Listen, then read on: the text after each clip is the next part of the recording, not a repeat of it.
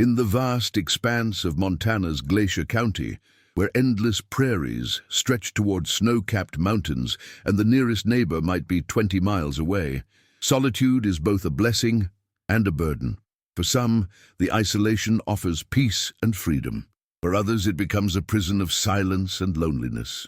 This is the story of Marcus Thompson, a weathered rancher who had grown comfortable with his solitary life, and Isabella, a 7-year-old girl whose world had always been silent, but whose spirit refused to be broken. When fate brought them together on a cold October morning, neither could have imagined how profoundly they would change each other's lives. Sometimes the most unexpected connections happen in the most unlikely places, and sometimes the people who seem most different from us are exactly who we need to become whole again. Before we dive into this incredible journey of connection and courage, let us know in the comments which city you're watching from. We love hearing from our viewers around the world. The discovery. The Montana wind carried the first hint of winter as Marcus Thompson guided his horse along the fence line of his property, checking for damage from the storm that had blown through 3 days earlier. At 58, he'd been riding these same trails for over 30 years, first as a young man full of dreams about building something lasting, then as a husband and father trying to provide for his family, and now as a man alone, maintaining a ranch that felt too big for one person, but too precious to abandon. The October sky was the kind of endless blue that made you believe in possibilities, but Marcus barely noticed.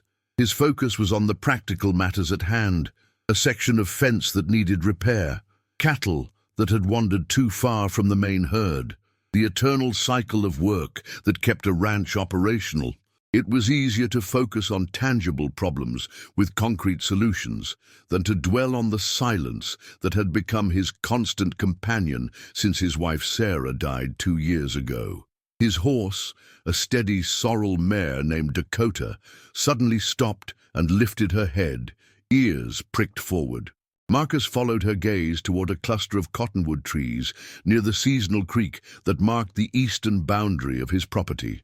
Something was moving in the shadows, something that didn't belong to the usual pattern of wildlife and livestock that populated his world.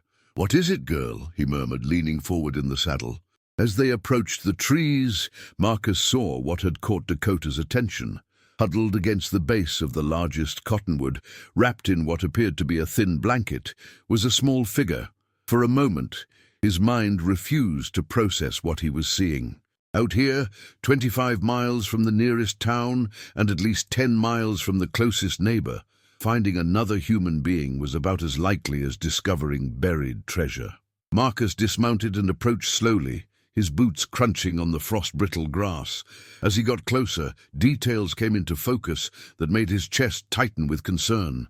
It was a child, a little girl, maybe 6 or 7 years old, with dark hair tangled by wind and sleep, wearing clothes that were too thin for the dropping temperatures.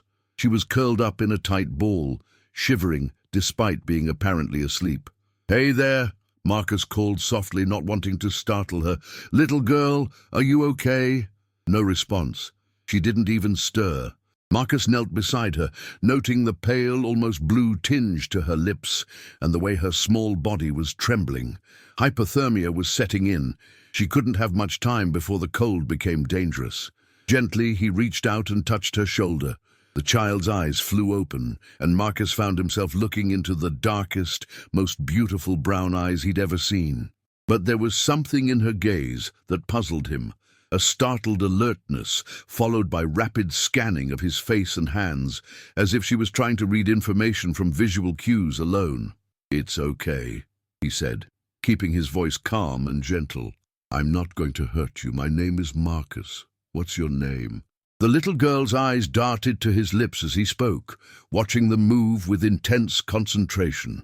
Then she looked back at his face and began moving her hands in a series of quick, fluid gestures that Marcus didn't understand, but recognized immediately. Sign language. She was deaf. Marcus felt a familiar tightness in his chest, the same feeling he'd experienced years ago when he'd first realized his daughter Emma was having trouble hearing. The doctors had called it progressive hearing loss, and by the time Emma was 12, she'd been completely deaf. He'd learned sign language then, spending countless hours practicing with Sarah so they could communicate with their daughter without barriers.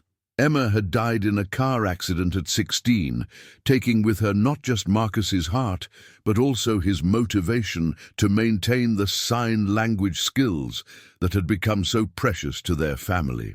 In the years since, especially after Sarah's death, he'd let those abilities atrophy, buried under grief and isolation. But muscle memory has its own persistence. Marcus raised his hands and signed slowly, rusty but determined. "Hello, my name is Marcus. What is your name?" The transformation in the little girl's face was immediate and profound.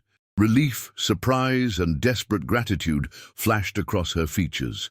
Her hands moved quickly in response, signing with the fluid grace of someone for whom visual communication was as natural as breathing.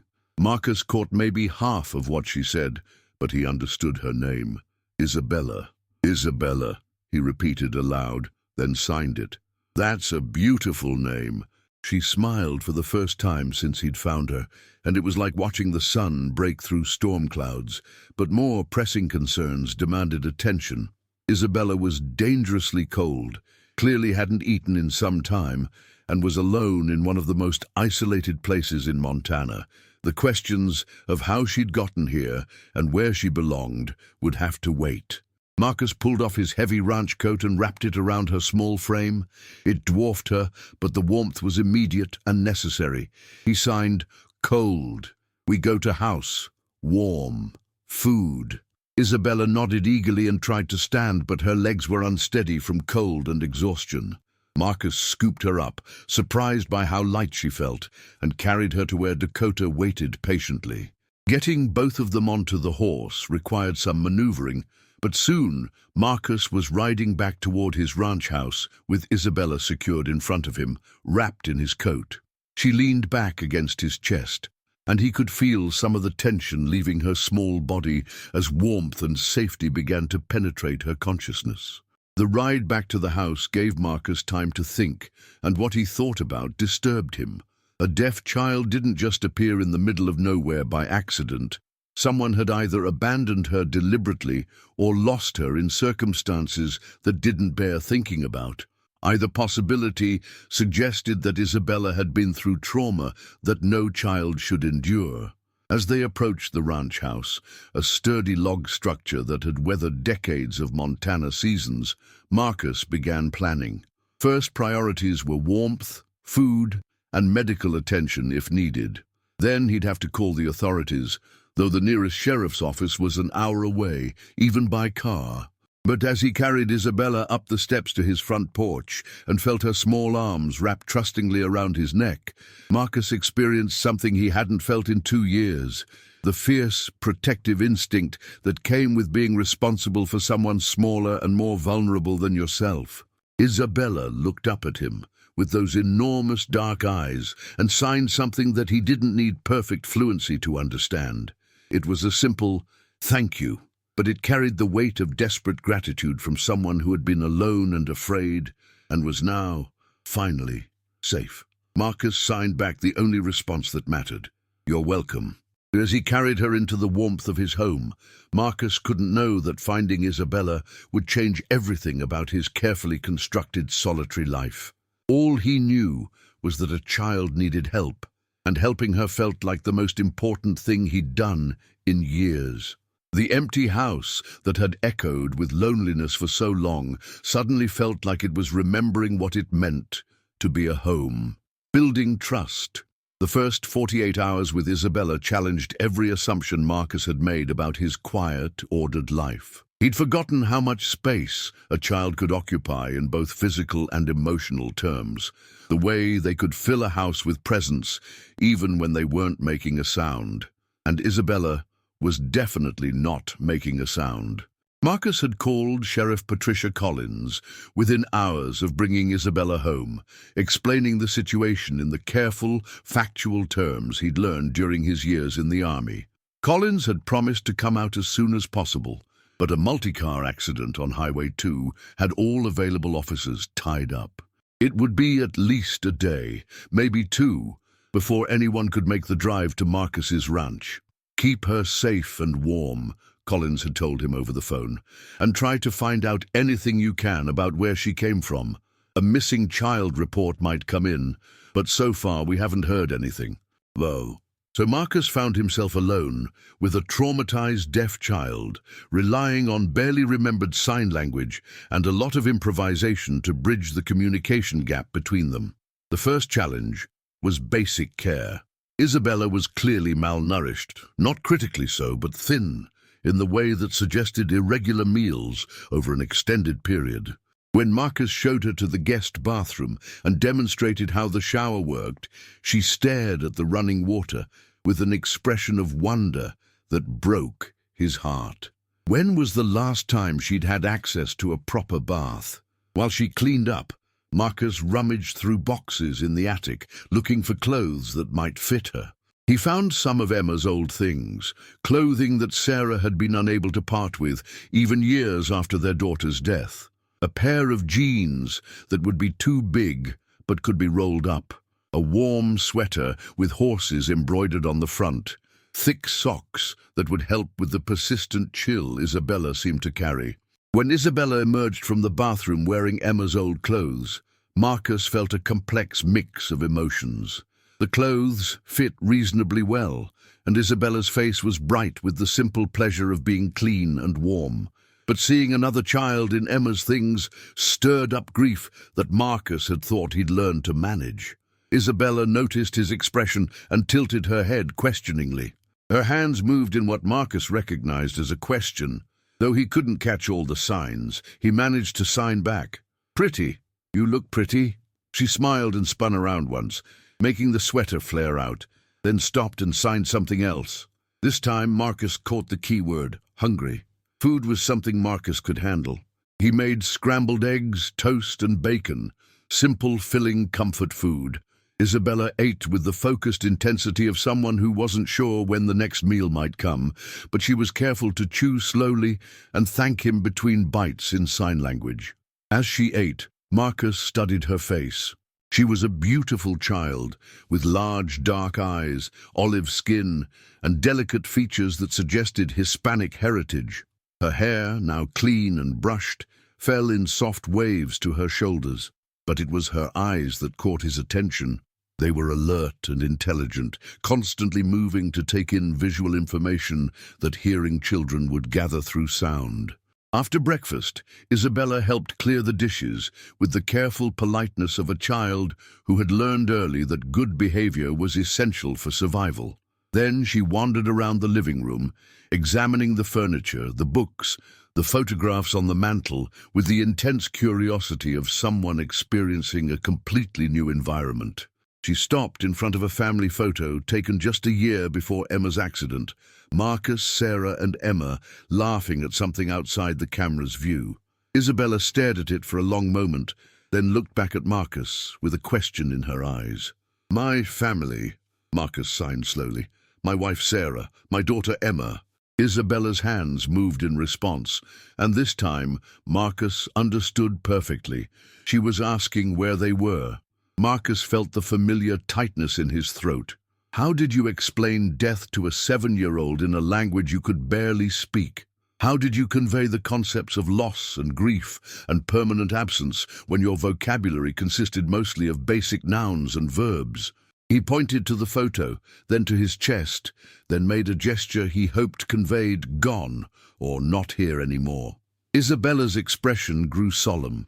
She approached Marcus and, with the intuitive compassion that children sometimes possess, reached up and patted his arm gently. Then she signed something that included the word sorry, and Marcus didn't need perfect translation to understand her meaning. "Thank you," he signed back, touched by her empathy. That afternoon, while Isabella napped on the couch, the first real sleep she'd probably had in days, Marcus called his sister Linda in Billings. "You found a what?" Linda's voice carried clearly over the phone connection.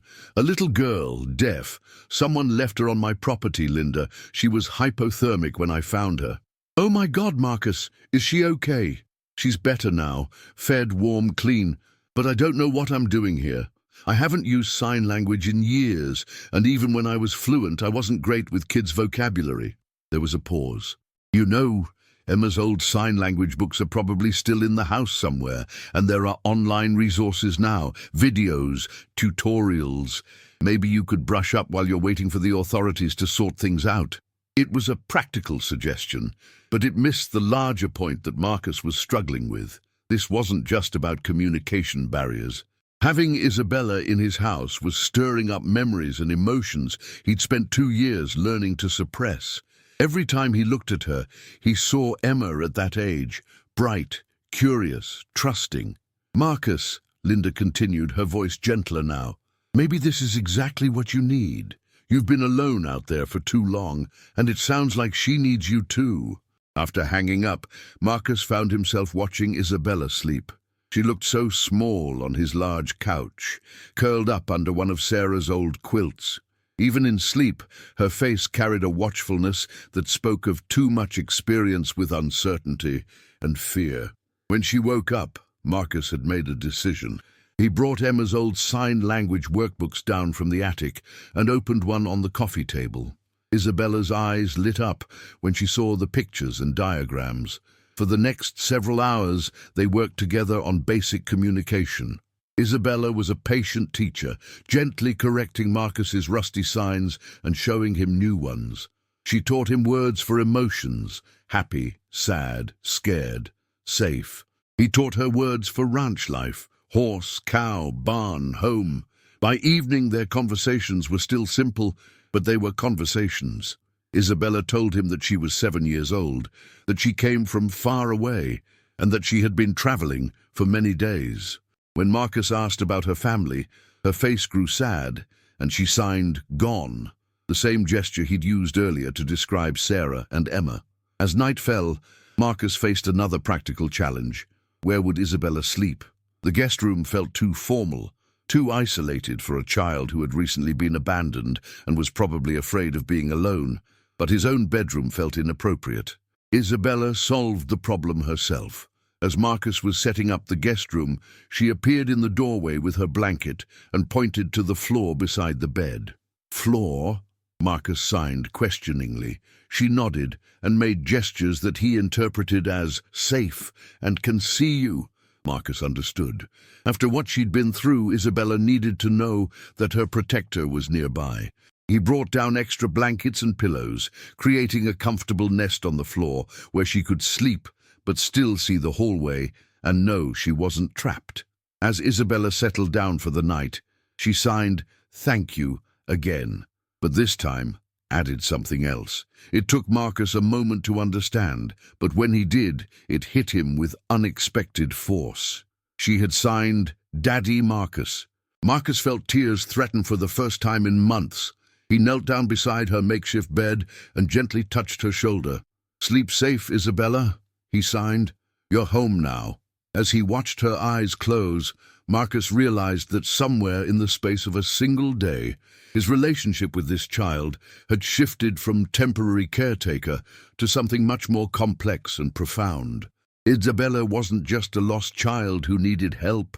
She was becoming family, and for the first time since Sarah's death, Marcus found himself hoping that the authorities would take their time figuring out where Isabella belonged, because increasingly it felt like she belonged right here. Fighting for family, Sheriff Collins arrived on a grey November morning, her patrol car kicking up dust as it wound down the long driveway to Marcus's ranch. Through the kitchen window, Marcus watched Isabella's face change from curious to wary as she spotted the official vehicle. Her small hand found his arm, and she signed a question he'd learned to recognize. "Trouble?" "No trouble," Marcus signed back, though he wasn't entirely sure that was true. "Sheriff, friend, she helps people." But Isabella's expression remained guarded. At 7 years old, she'd apparently learned that official-looking adults didn't always bring good news.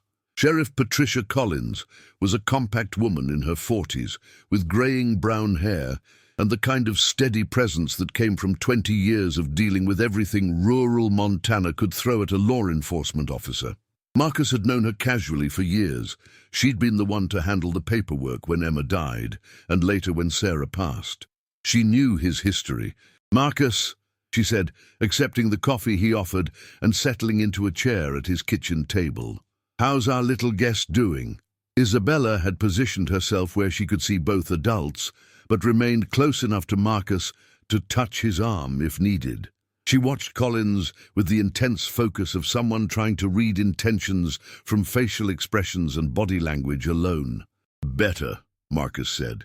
"Physically, anyway. She's been eating well, sleeping through the night, but she's been through something traumatic. Doesn't talk about it much, but the signs are there." Collins nodded, making notes in a small pad. "Any luck figuring out where she came from?" Marcus had been working on this puzzle for 2 weeks now, using a combination of improved sign language conversations with Isabella and his own research. "Best I can piece together, she was with a group of people traveling north. Migrant workers, maybe, or people trying to cross the border. Something happened, she's not clear on what, and she got separated from them. She walked for several days before I found her. Immigration issue then? Possibly. But Patricia, she's just a kid, a scared, traumatized kid who's deaf. Whatever brought her family to this country, whatever happened to separate them, she doesn't deserve to be caught up in the bureaucratic mess." Collins studied Isabella, who was now leaning against Marcus's chair with the casual trust of a child who had claimed him as her protector. "She's certainly attached to you. The feeling's mutual." There was something in Marcus's tone that made Collins look at him more carefully. "Marcus, you know I have to report this through proper channels. A missing child, possible immigration complications. This is going to involve multiple agencies. I understand that. But I want to make sure her best interests are being considered, not just procedure." Collins was quiet for a moment, watching the interaction between Marcus and Isabella. The child was now showing him something she'd drawn, a picture of horses in a pasture, with 2 stick figures that were clearly meant to be her and Marcus. "She calls you Daddy Marcus, doesn't she?" Collins observed. Marcus felt heat rise in his cheeks. "She's been through trauma. She's latching onto the first stable adult figure she's found. It's natural." "Uh-huh." Collins's tone was neutral, but her eyes were knowing. "Marcus, I need to ask you straight. Are you thinking about trying to keep her?" The question hung in the air between them. Marcus had been avoiding asking it himself, but the answer had been growing clearer every day for 2 weeks. "Yes," he said quietly. "If it's possible, if it's legal, if it's what's best for her, yes. I want to try." Collins leaned back in her chair. "That's a hell of a thing, Marcus. You know the process for that kind of situation. Foster care certification, home studies, background checks, court proceedings, and that's assuming her legal status can be resolved and no biological family comes forward. I know it's complicated. Complicated doesn't begin to cover it. You're talking about adopting a child who's probably in the country illegally, whose family situation is unknown, who has significant special needs. The system isn't set up to make that easy." Marcus felt Isabella's hand tighten on his arm. Even without hearing the conversation, she was picking up on the tension in the room. He covered her small hand with his own. "The system isn't set up to do what's right for kids like Isabella," he said, "but that doesn't mean we can't try." Collins studied him for a long moment. "You've really thought this through?" "I've thought about nothing else for 2 weeks. Patricia, this child has been abandoned, traumatized, left to die alone in the wilderness. She's deaf, which means she needs specialized care and education. She's formed an attachment to me, and I've formed one to her. I have the resources to provide for her, the experience with deaf children, and the desire to give her a stable home. How is taking her away from all that and putting her into an already overburdened foster care system better for anyone? Because that's how the law works, Marcus. Children in her situation become wards of the state until proper placement can be determined. And how often does proper placement actually happen for a deaf Hispanic child with an unknown immigration status? Collins didn't answer, which was answer enough. Isabella tugged on Marcus's sleeve and signed a question. He could see she was asking about the serious tone of the conversation, wanting to know if she was in trouble. "It's okay," he signed to her. "We're talking about how to keep you safe." Then he turned back to Collins. "Give me some time, Patricia. Let me talk to lawyers. Start the process of becoming a certified foster parent. Don't pull her out of the first stable situation she's had in God knows how long until we've explored every option." "Marcus, 2 weeks. Give me 2 weeks to get the legal process started. You've seen how she's doing here. She's thriving, she's learning, she's healthy, she's happy. If you take her now and put her in emergency foster care with people who can't communicate with her, you'll traumatize her all over again." Collins looked at Isabella, who was now showing Marcus another drawing, this one of the two of them feeding horses together. The child's face was animated as she explained the picture in sign language, completely trusting that Marcus would understand and respond appropriately. 2 weeks, Collins said finally. "But I need regular check-ins, and you need to be making real progress on the legal front. And Marcus, if her biological family surfaces, if immigration enforcement gets involved, if any red flags come up, this arrangement ends immediately." "Understood." After Collins left, Marcus sat at his kitchen table with Isabella, trying to process what he'd just committed to. The legal process would be complex and expensive. There were no guarantees. The system was designed to reunite children with biological families when possible, and the immigration complications could derail everything. But when he looked at Isabella, who was now teaching him new signs for kitchen items, patiently correcting his clumsy hand shapes, he knew he had to try. That evening, after Isabella had gone to bed, Marcus made a series of phone calls. First to Linda to explain the situation and ask for emotional support. Then to a family lawyer in Billings who specialized in adoption and child welfare cases. Finally, to the Montana School for the Deaf and Blind to begin understanding what educational resources Isabella would need. Each conversation reinforced how complicated the road ahead would be. But each conversation also reinforced Marcus's conviction that Isabella belonged with him. As he turned off the lights and checked on Isabella one last time, Marcus found her awake, watching him with those enormous dark eyes. "Sleep," he signed. "Tomorrow, we start fighting to stay together." Isabella smiled and signed back. "Home. This is home." Marcus nodded, his throat tight with emotion. "Yes, Isabella, this is home." Outside, the November wind whistled around the ranch house, but inside, two people who had found each other against all odds were building something that looked remarkably like a family. The hardest part was still ahead. But Marcus had learned something important during his years in the military and his decades as a rancher. Some things were worth fighting for, no matter how long the odds. Isabella was definitely worth fighting for. The heart of home. 6 months later, Marcus stood in the hallway of the Glacier County Courthouse, his hands shaking slightly as he adjusted his tie for the 3rd time. It was the nicest clothes he'd worn since Sarah's funeral, and the formal setting felt foreign after months of ranch work and quiet conversations in sign language. Beside him, Isabella waited with the patient composure she'd developed over the past half-year. She wore a navy blue dress that Linda had bought for the occasion, her hair braided with small ribbons, looking every inch the proper young lady. But Marcus could see the nervousness in her eyes, the way her hands moved restlessly in her lap. "Ready?" he signed to her. "Ready?" she signed back, though her expression suggested she was anything but certain. The journey to this moment had been grueling. Mountains of paperwork, background checks that delved into every aspect of Marcus's life. Home studies that required him to child-proof a ranch house that had never needed child-proofing. The immigration lawyer had been cautiously optimistic about Isabella's case. Her age, the circumstances of her abandonment, and the lack of any family coming forward had created a pathway to legal residency that wouldn't have existed for an adult. But it was the family court judge who would ultimately decide whether Marcus could adopt Isabella, and Judge Helen Morrison had a reputation for being thorough, fair, and absolutely uncompromising when it came to children's welfare. "Mr. Thompson?" A court clerk appeared in the hallway. "Judge Morrison is ready to see you." Marcus took Isabella's hand, and they walked into the courtroom together. The space felt enormous and formal, with high ceilings and dark wood that absorbed sound and seemed to demand whispered conversations. Isabella's eyes went wide as she took in the environment, and Marcus felt her grip tighten on his hand.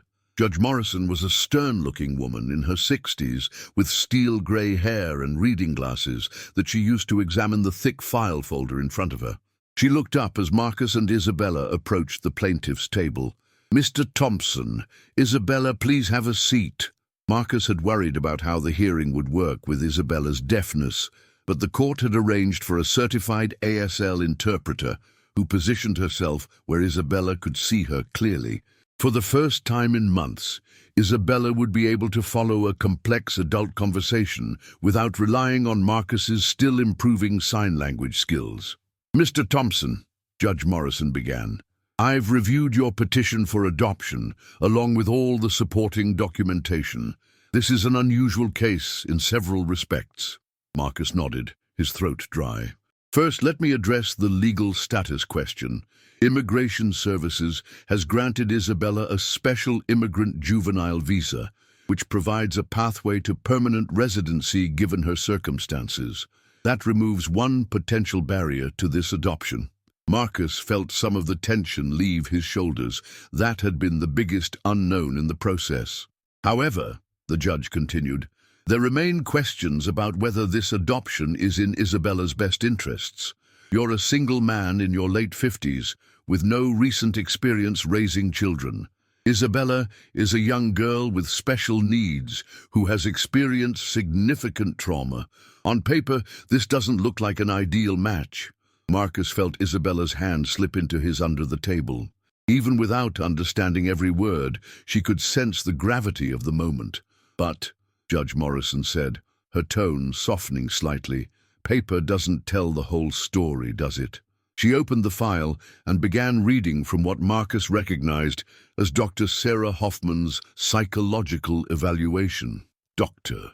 Hoffman's report indicates that Isabella has shown remarkable progress in the 6 months she's been in your care.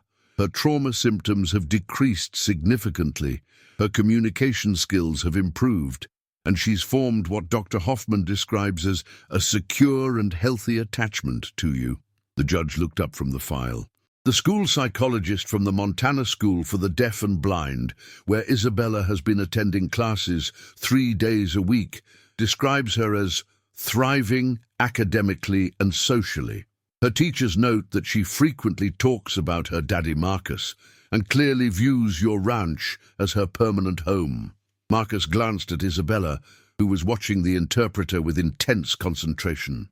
When the interpreter conveyed the positive comments about her progress, Isabella's face lit up with pride. "However," Judge Morrison continued, "I need to hear from both of you directly. Mr. Thompson, why do you want to adopt Isabella?" Marcus had practiced this answer, but sitting in the formal courtroom with Isabella beside him, the prepared words seemed inadequate. "Your Honor, 6 months ago I thought my life was essentially over. I'd lost my wife, my daughter, my sense of purpose. I was just going through the motions of living. Then I found Isabella, and everything changed." He paused, looking at the little girl who had become the center of his world. "Isabella didn't just need rescuing, she rescued me. She reminded me what it feels like to be needed, to have someone depend on you, to build something meaningful together. She's smart, funny, resilient, and kind. She's taught me more in 6 months than I learned in the previous 2 years. And you're prepared for the long-term commitment this represents? Isabella will need specialized education, ongoing support services, and eventually help transitioning to adult independence. Are you prepared to be her father for the next 11 years and beyond?" "Yes, Your Honor. Absolutely." Judge Morrison turned to Isabella. "Isabella, I'd like to ask you some questions through the interpreter." For the next 15 minutes, the judge spoke directly to Isabella, asking about her life on the ranch, her feelings about Marcus, her understanding of what adoption meant. Isabella answered thoughtfully, her signs fluid and expressive as she described her daily routines, her love for the horses, her plans to become a veterinarian when she grew up. When the judge asked if she wanted Marcus to be her legal father, Isabella's response needed no translation. She stood up, walked around the table to Marcus, and hugged him tightly, while nodding emphatically at the judge. "I take that as a yes," Judge Morrison said, and Marcus caught the hint of a smile on her stern face. The judge reviewed a few more procedural matters, but Marcus could tell from her tone that the decision had been made. When she finally spoke the words that would change their lives forever, Isabella was watching the interpreter with complete attention. "Based on all the evidence presented, I find that this adoption is in Isabella's best interests. Mr.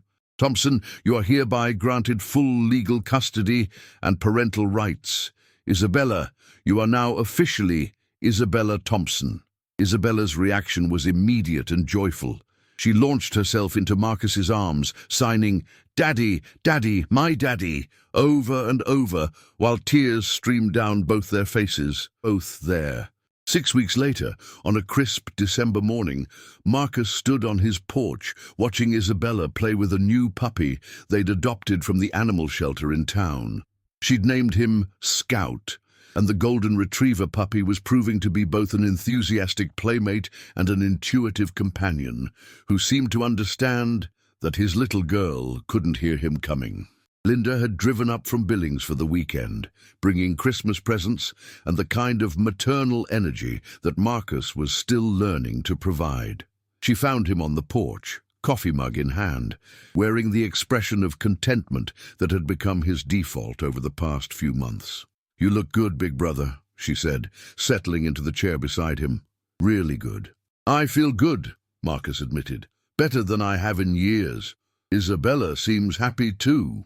They watched as Isabella taught Scout to sit, using hand signals that the puppy was actually starting to understand.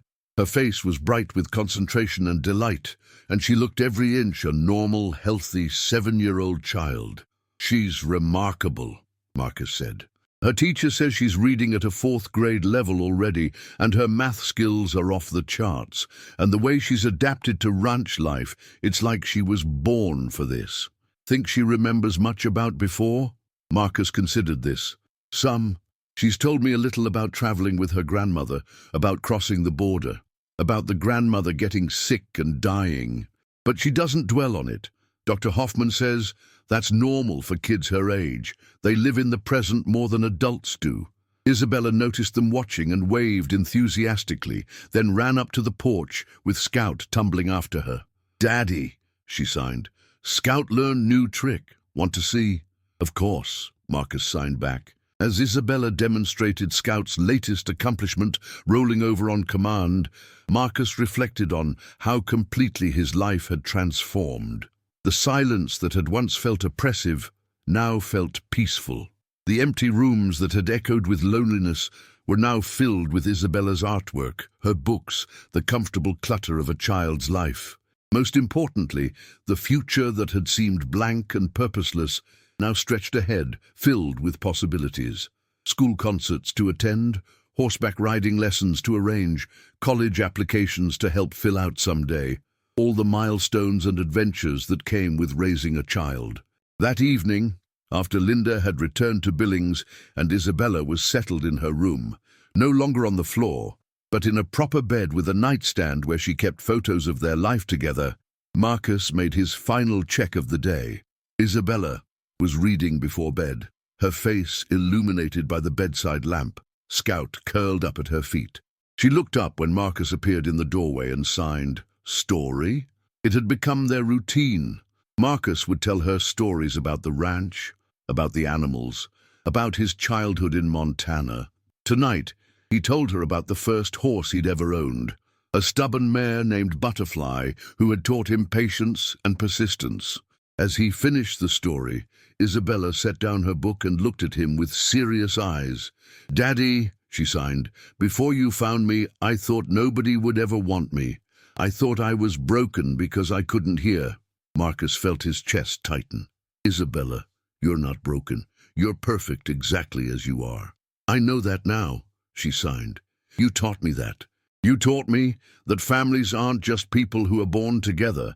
Sometimes they're people who choose each other." Marcus had to clear his throat before he could respond. "That's exactly right, sweetheart.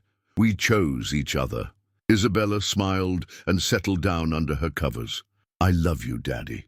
"I love you too, Isabella. More than all the stars in the Montana sky." As Marcus turned off the light and headed to his own room, he paused at the window that looked out over his land. The same view he'd seen for 30 years, but now it looked different. It looked like home, in a way it hadn't since Sarah and Emma died. Tomorrow would bring new challenges. Isabella had a doctor's appointment in town, and they were meeting with her teacher to discuss her progress. There would be the usual ranch work, the endless cycle of feeding and caring for animals that depended on them. But now, these responsibilities felt shared, purposeful, part of building something larger than himself. In the distance, he could see the cottonwood trees where he'd first found Isabella 8 months ago. The leaves were long gone now, the branches bare against the winter sky, but in a few months they would bud again, green and full of life. It seemed like a fitting metaphor for what had happened to both of them, a winter of loss transformed into a spring of new beginning. Marcus smiled as he settled into bed, already looking forward to tomorrow morning, when Isabella would wake up and pad into the kitchen in her pajamas and thick socks, ready to help feed the horses and start another day of their life together. Some rescues, he'd learned, saved both the rescued and the rescuer. Some families were born not from blood or circumstance, but from choice and love and the simple decision to show up for each other day after day, regardless of what the world threw at them.